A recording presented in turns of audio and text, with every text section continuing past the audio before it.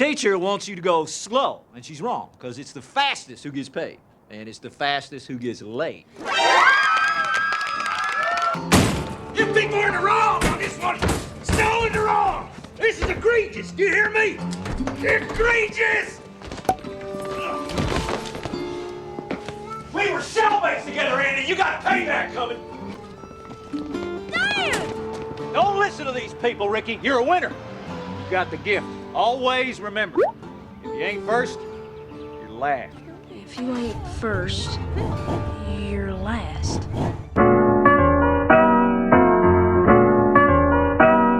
What up, though? I'm Jay Will, aka BlackDad, and if you've been following my channel, you know that I quit my job teaching so I could homeschool my kids. I've talked about how the coronavirus pandemic influenced that decision in another video, linked down below.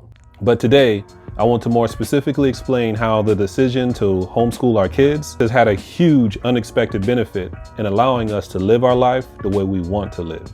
I live my life a quarter mile at a time.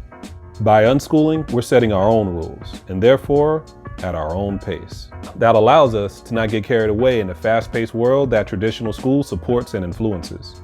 To be honest, even if someone didn't buy into homeschooling being the superior educational model over traditional school, I'd argue that it's still worth considering, even if only for the increased quality of life and slower pace that homeschooling affords us. What is this, the quality of life speech? We've all been there as parents, skipping lines or even pages of bedtime stories to hurry up and get the kids down. Or the mad dash to get the kids dressed, fed, and out the door in the mornings.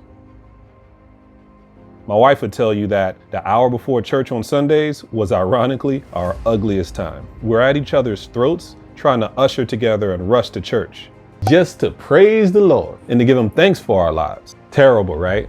Thankfully, we recognized something was wrong with that. Before we know it, we would look back on those years that everyone says goes by so fast, and we would have missed our moment. We know we're not the only ones in this internal conflict of making a living and actually living our life. This is one of the main reasons why so many have taken part in the Great Resignation, calling it quits and opting to find other options that better allow them to maximize their time. I actually got a video on that too, linked down below. Many families I personally know also struggle with time constraints, trying to fulfill all the roles, responsibilities by trying to maximize their family time. But how do we get here as a society? How did life get to such an insane pace that makes us feel as though we must choose between work or a quality time with our family? To answer that question, allow me to do a quick history lesson on speed. What we gonna do right here is go back, way back in the time. The first real start of our human obsession on time and speed began with the invention of the sundial. Yeah, your boy is really going back on this one. You probably know that the ancient Egyptians invented the sundial. But as far back as 200 BC, a Roman playwright, Plato, writes, "May the gods confound the man who first found out how to distinguish hours, who set up the sundial to cut and hack my days so wretchedly into small portions." Master William, I applaud your new interest. Poetry is one of my great loves. I won first prize at the Old Devonshire Poetry Recital of 1963. Master William, you should have been there. The crowd rose to its feet, shouting, "Encore! Encore!" That's very interesting. Cannon to the right of them! Cannon to the left of them! Cannon in front of them! Volleyed and thundered! You need a last line for that? So as early as 200 BC, folks were condemning technology for sucking up time. Before then, time was natural. You went to bed when it was dark, you rose with the sun. Granted, life was hard and people had to work long hours, but there was no haste. Days would be longer in the summer and shorter in the winter. Your days were governed by your internal circadian rhythm. Enter the invention of the mechanical clock. In 1370, the first public clock tower was erected, dictating to all the passage of time. Then let's fast forward to 1977. The invention of the GPS not only provided accurate locations by using satellites, but it also regulated precise timekeeping instruments across the globe. Other technological advances also assisted in the acceleration of our pace of life. In 1879, Thomas Edison invented the light bulb, which made it possible to stay up past sunset. This created demand for a longer day, which quickly changed attitudes towards sleep. Sleep then began to be viewed as a waste of time, something only the lazy indulged in. Before Edison, the average adult slept 11 hours a night. Shoot, now we're lucky if we get to sleep 7 hours a night. Sometimes getting a good night's rest isn't as easy as shutting your eyes. When the work day you've had threatens to ruin the night's sleep you want, you need something that works. Wow, that was exhausting. That took... Haka PM. How do you sleep at night?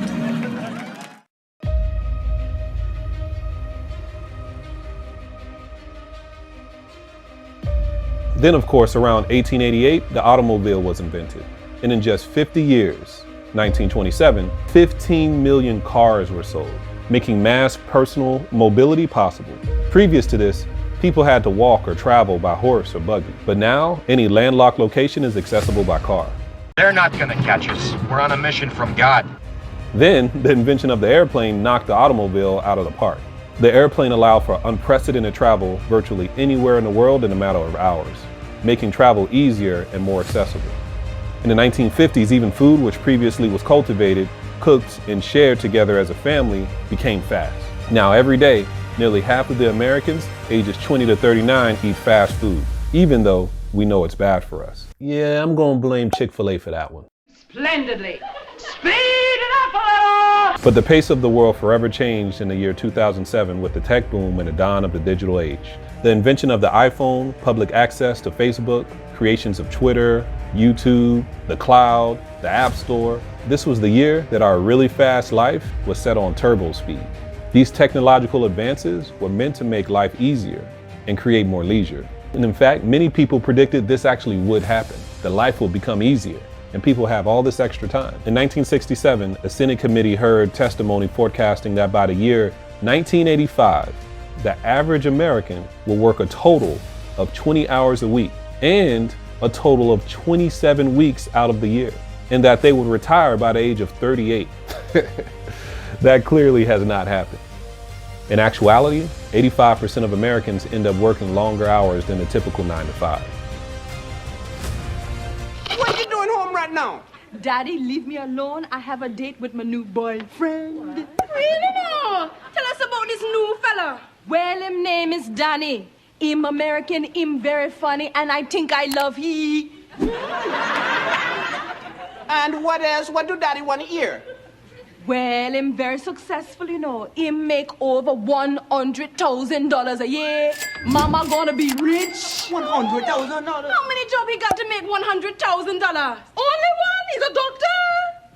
One job! One job! They're going to get the boy with one job! I hear it.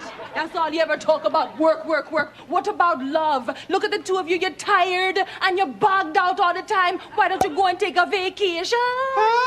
Me on vacation now from 13 jobs. But Papa, how can I think about working when I am in love? It's just like when you and Mama just met, remember? I never loved your mother. I married your mother because she had 6 jobs. Why? What's the disconnect? Consumerism. Consumerism. Consumerism. Our insatiable appetite for stuff and the technology to support it not only costs us money, but more importantly, it robs us of our time. We're doing everything to keep up with the Kardashians, wanting more than what we have. We're scrolling on social media seeing that everyone is eating at the trendiest spots, wearing the most fashionable new shoes, and in vacationing at the most elite areas while showing off their new improvements. We see everyone's highlight reel and think that that's what our life needs to look like. The truth is, even the things we buy end up taking up so much of our time. A big house means more rooms to clean. A big lawn and a big pool means more maintenance. Nice clothes mean more laundry to do and more trips to the dry cleaner. With all these things that we want, that we tell ourselves we deserve, we constantly need to earn more money. 3 words for you. Treat yourself. Treat Yourself 2011. Once a year, Donna and I spend a day treating ourselves. What do we treat ourselves to? Clothes. Treat yourself. Fragrances. Treat yourself. Massages. Treat yourself. Mimosas. Treat yourself. Fine leather goods. Treat yourself. It's the best day of the year. The best day of the year. A focus group set out to discern just how much money one would have to make to finally feel satisfied. One respondent's answer was, more than my brother-in-law. I'm here all week, folks. To see how consumerism is a time suck, look no further than the evolution of retail store hours. Less than a century ago, it would be unheard of to have stores open on Sundays. In 1927, 7-Eleven shocked folks with the concept that it would be open for 7 days a week from 7 a.m. to 11 p.m. Now we fully expect shops to be open 7 days a week. In fact, the few food companies that still maintain only 6 business days per week are mocked. But for real though, am I the only one that happens to crave Chick-fil-A on Sundays? Supper's ready. Come on, y'all. Been slaving over this for hours. Still remember sitting around the table at Thanksgiving just 10 years ago, talking about how crazy it was that retail stores like Walmart and Target were opening their doors. Not just early on Black Friday, but actually on Thanksgiving Day itself. A day that was previously reserved for quality time with family. And if I'm being honest, some football. But now it's cut short so people could leave the ones they love to go toe-to-toe with strangers just to be the first to grab the next biggest, clearest, most visually defined TV. Because how could we have possibly watched TV on anything less than a 70-inch high-definition screen?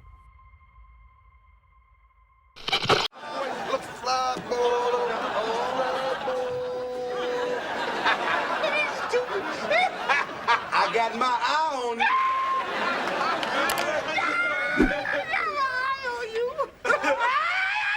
What? What's up? Oh, Tommy girl! Man. Oh, that's it. Right there. That's the new Hashitashi 2000. Hashitashi!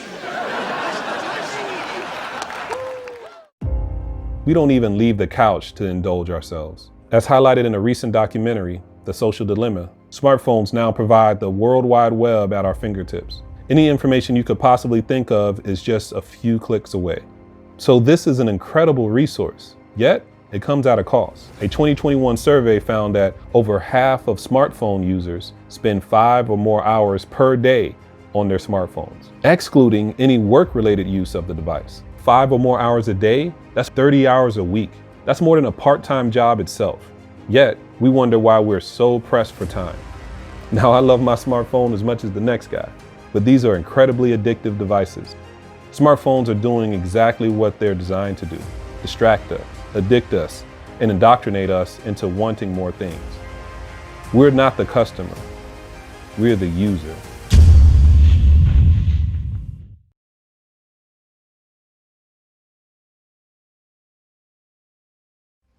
Our free access to the internet is only tolerated because of our spending potential. This ends up just chipping away at our concentration and our own innovation and creativity. By the way, isn't this exactly why so many of us has chosen to homeschool our kids in the first place? To allow them to be creative and form their own thoughts without curriculum developed by someone else being crammed down their throats every day? We are so wound up from going so fast all the time that we can't even shut off when we need to. We turn to sleep aids, further padding the pockets of a $32 billion sleep industry. But giving just marginal attention to everything all the time is clearly not the answer. It leaves us always wanting, and it turns us into human doings instead of human beings.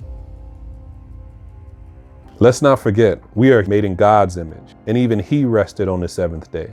Honoring the Sabbath is one of the 10 commandments. We are instructed by God to rest. We've been designed to enjoy things that matter and to fulfill our purpose in life. If we operate at the same unrelenting pace all of the time, how can we expect our kids to be able to slow down, to find their purpose in life, to find what makes them happy? We are so busy making sure we are checking off all the boxes of success, big house, nice car, fashionable clothes, that of course that attitude spills over into our parenting. We send our kids to school so that they can get a good education, check. Go to college, check. Find a lucrative job, check. Make a lot of money, check. And then, only then can they relax because they've checked all the boxes. But will they have been on this rat wheel so long that they will not be able to slow down at that point? Shoot, are we as parents able to slow down?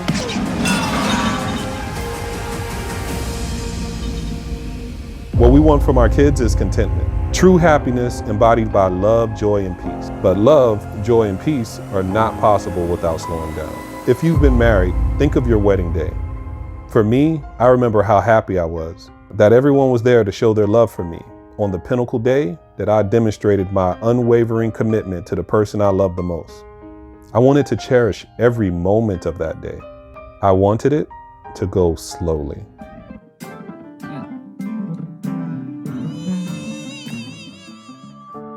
We've even promoted this idea of falling in love, when actually, what we're seeking for is to grow in love.